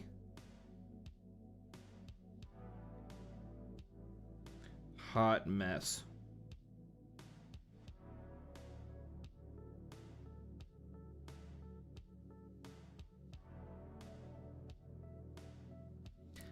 And I can't remember, I might be getting my star systems confused, but I think if you go to our social media, I know there's like a Brazilian mercenary company fighting against Luftwaffe aces in a Italian proxy war, and I think that's happening on Amalfi right now.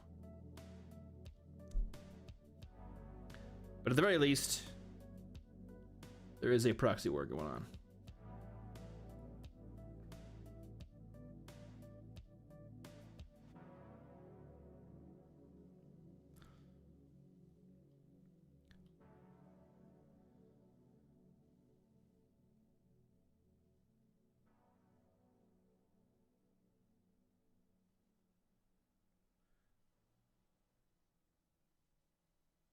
So yeah, Pact of Rome, internally divided.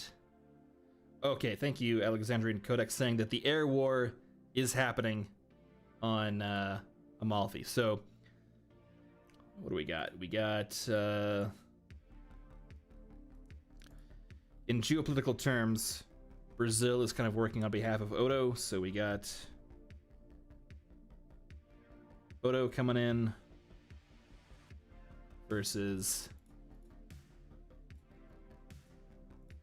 the Reich.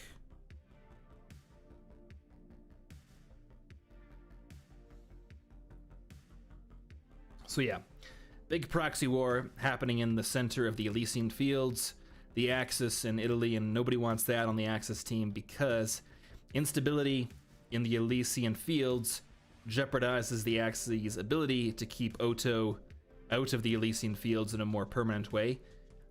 Like, this is just a rebel group that's kind of found success in a star system that was fucked up to begin with, so that's what's going on here. Exo04 saying, is Amalfi a flashpoint?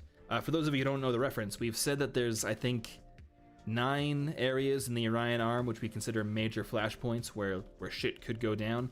In fact, let's mark those. Major flashpoint. New Canaan is a major flashpoint. Oops, let's get that green.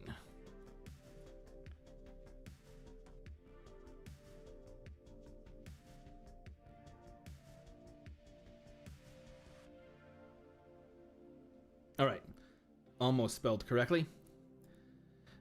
So there's a major flashpoint there, a major flashpoint there, and the major flashpoint isn't in Amalfi because if Oto succeeds here, well, first of all, like, Oto is probably not going to succeed here. The Axis victory is already assured. It's just like Amalfi has been a thorn in the side of the Pact of Rome for so long that it behooves Oto to send in volunteers and mercenaries and whatever else to, like, fuck up the Axis as much as possible. They can make them bleed here. The real flashpoint is in the Rubicon.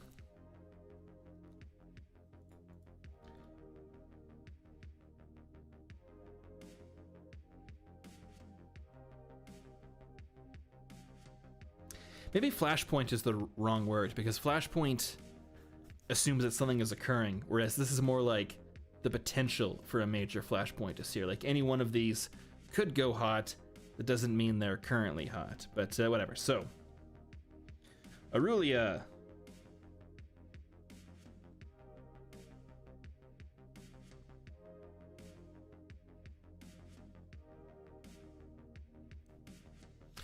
So, yeah, Aurelia, independent colony in the Rubicon, heavily aligned with Oto to the point where it's the American Cadia. The United States has just turned this nation into their bulwark against fascism, probably arming it to hell and back in the same way that they arm places like Apollo and Sylvanus. But this is where, like, this is heavy-duty shit, so Aurelia is getting some good equipment. And I think we need to figure out, like, what is going on in the Rubicon. Geopolitically, I am not entirely sure, but there was, like, definitely a war going on here where there was definitely, like,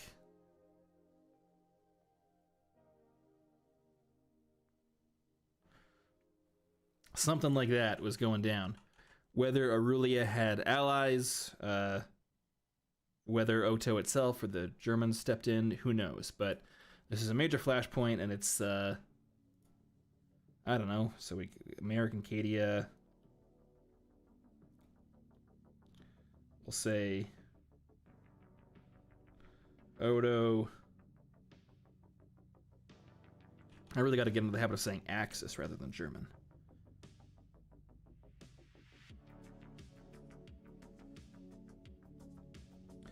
So yeah, major confrontation zone is there. This business in Amalfi is just some, you know, it's a thorn in the side.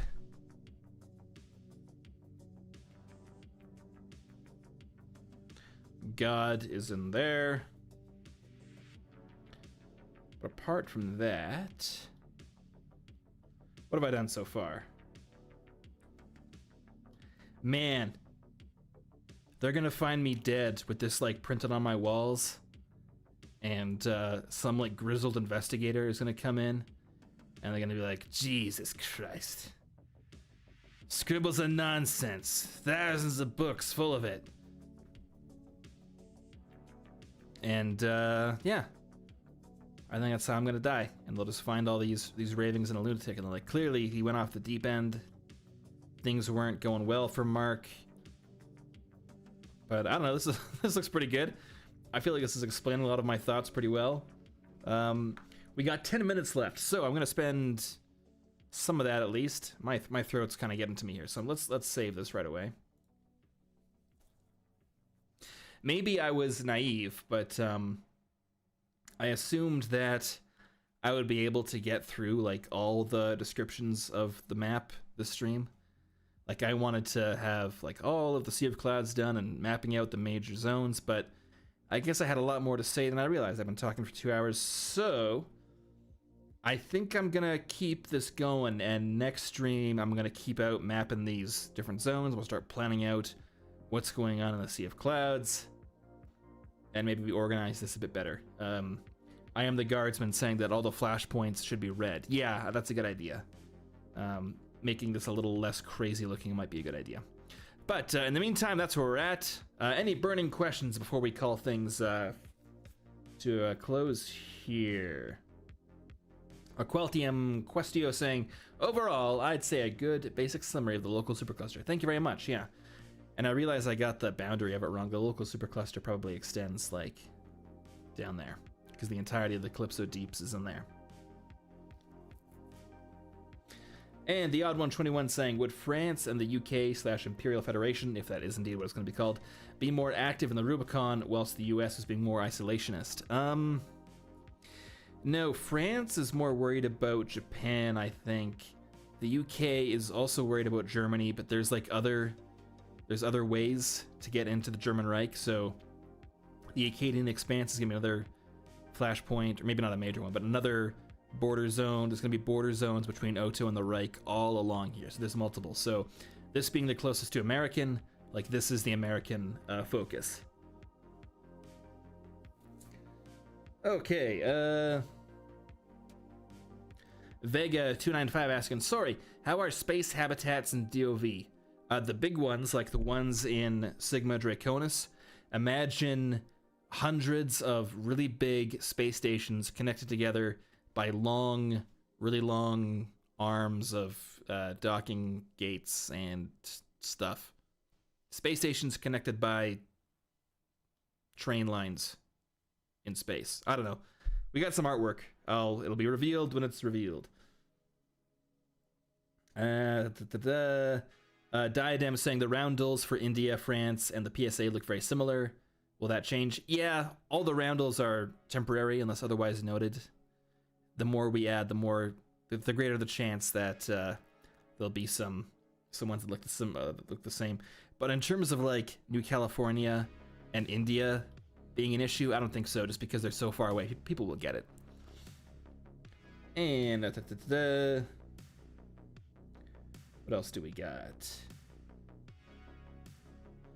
Oh, Flying Fortress asking, Mark, can you explain the Synfaxi cults? Yeah, so the Synfaxi blew up Earth. That is a major wound in the psyche of humanity. The loss of Earth is a big deal. I don't know if we'd have like a similar kind of thing, but like if you imagine that like every country on Earth experienced the same huge disaster, how does that affect people going forward? And I think that ties a lot into, it would tie into religion pretty significantly in that, you know, Synfaxi are God's punishment, blah, blah, blah, blah. So there's a lot of cults that are like influenced by the Synfaxi. You wouldn't say that they worship the Synfaxi necessarily, although maybe some do, but rather the Synfaxi have really affected religion, leading to beliefs that are outside of the spiritual mainstream, leading to cults that are doing all sorts of things. And some of them in the American systems especially are involved in drugs and crime and all that. So there's a lot of weird stuff going on related to this Synfaxi. Okay, any other big questions? And not that I'm seeing. All right, so I'm gonna call it here. Thank you all so much for joining me. Gonna make sure this is all saved. Yes, it is. Okay, one more. Leafs93 asking, is there room for intergalactic starliner corporations, i.e. ocean liners? Like, yes, yeah, there's definitely like interstellar cruise lines. I'm sure some of them go through the Well of Embers and Amazon and all those places. And, you know, space transit lines where that's the major way to get around is starliners rather than jumbo jets or whatever. Okay, so that's it for today. Streaming don't stop though. Back on Friday for some StarCraft 1. I've been playing StarCraft Remastered, playing through the Terran campaign. We're just about to finish the Terran campaign. I think this Friday we're finishing up the last 2 missions, and we'll be starting the Zerg. So that's on Friday. Saturday, still not sure what I'm going to be getting up to. Getting the Templin Institute back on track after the big Lightning Fish update is ongoing, so I appreciate having more time to work on editing stuff behind the scenes. So I think that might continue for a while, but eventually back to streaming on Saturday. And yeah, 1 week today, we'll be back to these ravings of a crazy person. I'm looking at this again. That looks wild. All right. But anyways, thank you all so much for being here, and we'll catch you next time.